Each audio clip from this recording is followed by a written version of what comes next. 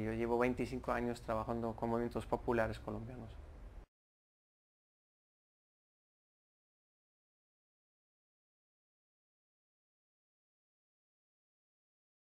La universidad colombiana, a pesar de lo que, o al contrario de lo que uno podría suponer, es un espacio muy abierto.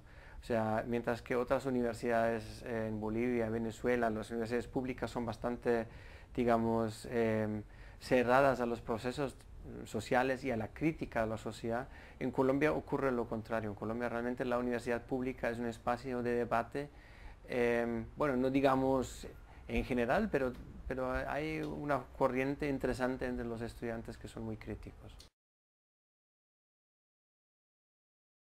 Colombia históricamente ha tenido una gran variedad de movimientos sociales y populares, pero son movimientos sociales sin grandes esperanzas de poder cambiar la correlación y en ese sentido están un poco desesperados también, ¿no? O sea, se sienten un poco agobiados, aunque están mucho mejor de lo que ellos mismos creen, ¿no? El movimiento estudiantil colombiano, por ejemplo, ha logrado parar la propuesta del gobierno el año pasado, ¿no? O sea, mientras que el gobierno, el movimiento chileno durante año y medio no ha podido parar al gobierno de Piñera.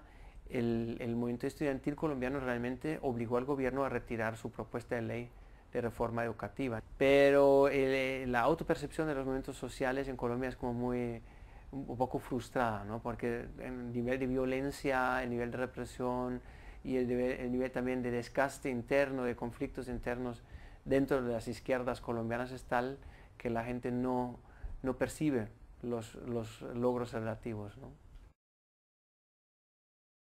La marcha patriótica es una propuesta de aglutinar fuerzas de izquierda para un proceso de paz con las FARC, ¿sí?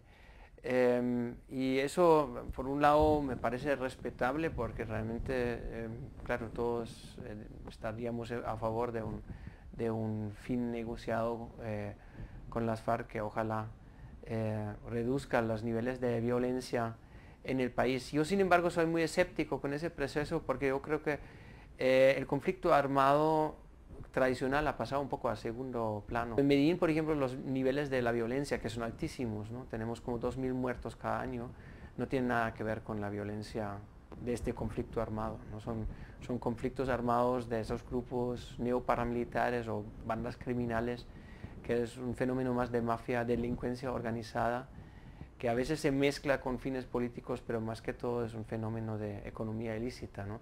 Lo que trata la marcha patriótica es aglutinar esa izquierda extraparlamentaria pues digamos tradicional, ¿no? Porque también hay movimientos indígenas que no quieren saber nada de la marcha. Entonces eso también hace parte de la fragmentación que te decía al principio, una fuerte fragmentación de los movimientos sociales y populares. Hay la gente que está cercana al Polo Democrático Alternativo, que es un partido de izquierda, hay el referente de la Minga y el Congreso de los Pueblos, donde quizás el punto de referencia es más que todo el movimiento indígena del Cauca, que es un movimiento indígena independiente, ¿no? Fuera de los partidos de izquierda o las fuerzas de izquierda, y finalmente hay la marcha patriótica, que más que todo es influenciada por el Partido Comunista. En Colombia ha reconocido la existencia del conflicto armado, ¿no? El que tenía el discurso del postconflicto era Uribe, ¿no?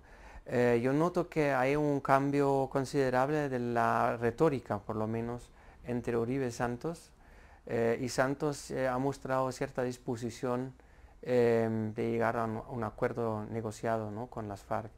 Pero no hay que equivocarse, el proyecto político neoliberal o el proyecto económico, político-económico es muy similar al de Uribe. Yo, de hecho, creo que la situación se ha modificado bastante, más de lo que admite la izquierda colombiana, en el sentido que el paramilitarismo, que fue algo como la delincuencia organizada, cooptada por las élites políticas, que ese tipo de paramilitarismo se ha reducido mucho. El paramilitarismo como fuerza contrainsurgente ha pasado a segundo, a tercero plano. Pero eso no significa que hayan desaparecido los grupos que conformaron el paramilitarismo, porque esto nunca fueron milicias de derecha, como nos dijeron. Paramilitarismo fue la delincuencia organizada que hizo como un acuerdo con las élites. yo puedo hacer mis negocios ilícitos y como contraprestación yo cometo sicariato político y esas cosas, ¿no? Ese acuerdo pues ya no es necesario porque la izquierda política social se ha debilitado mucho, o sea, la contrainsurgencia quizás ya no es tan importante, pero los grupos se mantienen, los grupos esos, por eso los llamamos neoparamilitares o bandas criminales, ellos siguen estando y siguen ejerciendo su violencia, pero ahora meramente con fines económicos de controlar la minería, de controlar el narcotráfico o de simplemente controlar territorio, ¿no? Lo que les permite extorsionar a la población civil. Es interesante que el gobierno colombiano no los combate, o sea, el ejército y los recursos del Plan Colombia se van contra las guerrillas, pero no se van contra esos grupos de las bandas criminales. Eso es como, hace parte ya de la gobernanza normal de seguridad en Colombia. En ese sentido, el conflicto político tradicional entre la insurgencia y el Estado, pues realmente ha pasado digamos, a segundo plano, ¿no? Ya no tiene el papel que tenía en los 80, en los 90, pero el nivel de violencia es igual y peor que antes, ¿no? Y el proyecto económico de insertar Colombia como exportador de bienes primarios al mercado global, ese proyecto económico también sigue en pie. En ese sentido sigue habiendo muchísimas razones para conflictos sociales, y sigue habiendo esos conflictos sociales, o sigue habiendo desplazamiento masivo de población en áreas de inversión. Entonces, como se han cambiado las coordenadas políticas, eso sí es cierto, pero el problema económico, socioeconómico de fondo sigue siendo el mismo. La situación sí se ha modificado en varios sentidos, ¿no? O sea, por ejemplo, tú antes cuando vivías en un barrio popular, pues, y cuando eras líder de una organización comunitaria, pues realmente estabas entre la población que corría más riesgo, ¿no? Ahora no justamente es el líder comunitario el que más riesgo corre, sino pues la población de los barrios populares en Medellín en general corríamos muchísimo riesgo. Sigue habiendo fuertes violaciones de derechos humanos ahí en las zonas de conflicto por parte del ejército o por parte de sus aliados. Y sigue habiendo alianzas entre el ejército con fuerzas paramilitares en zonas de conflicto. Pero por ejemplo en Medellín el uso de la fuerza se ha regularizado un poco, ¿no? Comparado con la situación hace 10 años, pero también porque ya no hay necesidad. O sea, lo que querían derrotar han derrotado. Después de 3.000, 4.000 sindicalistas muertos, ya no hay tanta necesidad de matar los pocos sindicalistas que quedan, ¿no? Y ha habido reformas que hay que reconocer también, ¿no? O sea, por ejemplo el DAS, la policía secreta, que era una mezcla rara entre policía secreta y policía de investigación, ese cuerpo que incluso empezó a controlar, a perseguir y amenazar a los jueces de la Corte Suprema o a políticos del mismo gobierno. No olvidemos, Vargas Lleras, siendo parte del mismo gobierno de Uribe, sufrió un atentado por parte de la policía secreta.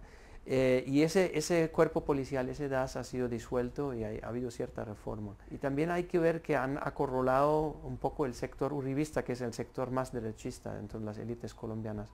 Ha habido cambios, pero en absoluto significa que los proyectos políticos económicos hayan cambiado o que haya habido realmente una limpieza o ¿cómo se dice? Un aclarecimiento, un proceso de verdad y justicia por los decenas de miles de muertos de los últimos 15, 20 años. Esto no lo ha habido.